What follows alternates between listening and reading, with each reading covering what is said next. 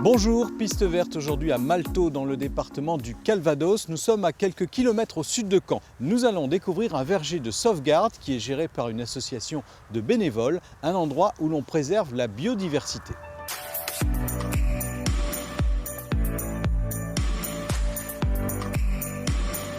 Bonjour Bernard. Bonjour Laurent. Merci de nous accueillir dans ce magnifique verger. Oui, verger de sauvegarde, donc Yves Fournière de Maltaux. Alors Yves Fournière, c'était le créateur du verger. Verger qu'il a acheté, il a acheté le terrain en 2003 et ensuite il a commencé à planter dès l'hiver 2003. Au début, il n'y avait pas d'arbres ici. Pas du tout, hein. Il y avait 4-5 gros pommiers, c'est tout. Hein. Et depuis 2003, il y a eu combien d'arbres de plantés pour arriver à combien aujourd'hui? Là on est à 1000, hein. Donc régulièrement tous les ans on en plante. On sauvegarde des vieilles variétés anciennes. On a par exemple la bénédictin, qui est connue dans le Pays d'Auge, la bénédictin, la bon père. Ce sont des variétés qui sont connues, mais qu'on ne trouve plus dans le commerce. Donc on les sauvegarde. Ici, il y a vraiment une façon de faire particulière. Ici, parce qu'on n'a pas beaucoup de place. On n'a que 8000 m². Ouais. Si l'on avait beaucoup de place, on pourrait planter ce qu'on appelle des hautes tiges, le pommier traditionnel. Mais ici, on est obligé d'avoir des arbres de faible vigueur. Donc pour les pommiers, c'est greffé sur du M9. On achète le pied mère qui est tout petit, mais gros comme mon pouce, que l'on va greffer au mois de février à peu près. On va apporter la variété que l'on veut. Là, on a 1000 arbres à peu près en tout, 580 pommiers pour 440 variétés.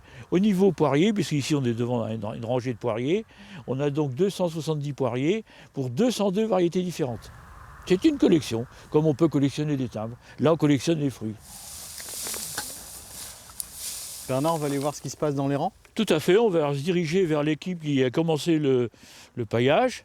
Alors tout d'abord, on met donc un carton à plat. Ensuite, les mauvaises herbes qui ont été arrachées, on les remet dessus. On pose le carton, on met la paille. Les vers de terre vont venir boulotter tout ça tranquillement, les bactéries, et ils vont emmener ça aux racines des arbres. Et c'est toi le chef de tout ça? Oh, il n'y a pas de chef ici, on est tous chefs. Hein. Non. Donc je vais essayer de vous aider. Eh bien, Allez. allons-y.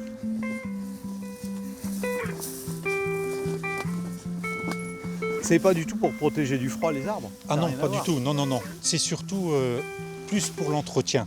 Comme on ne peut pas passer la tondeuse entre les arbres, donc ça nous évite de toujours nettoyer continuellement. Ah oui, donc en fait on gagne du temps. Allez, on avance.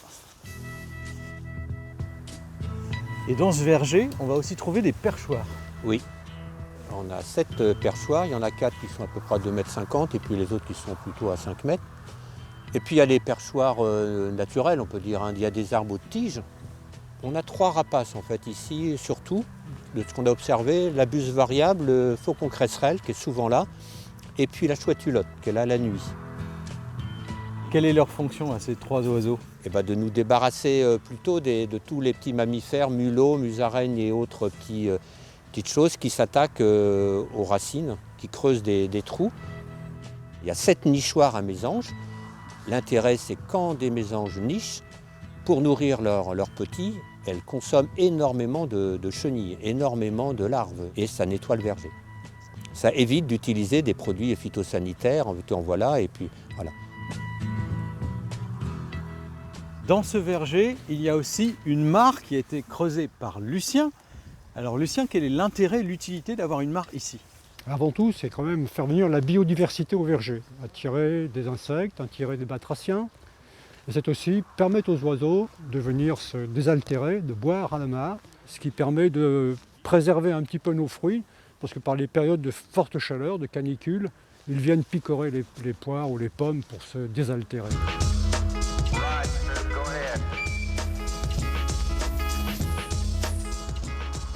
C'est donc ici qu'il y a toutes les pommes. Toutes les Tout poires. à fait. La cueillette est donc terminée.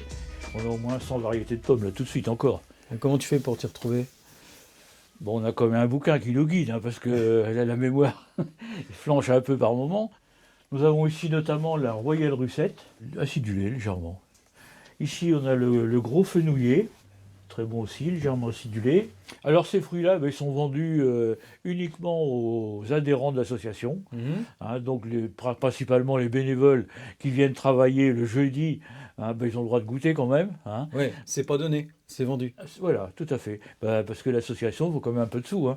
Il Ouais, faut les c'est ça. entretenir, les arbres, il faut acheter du matériel, faut, voilà. Voilà, c'est ce qui finance en fait. Voilà, on s'autofinance comme on peut. Hein.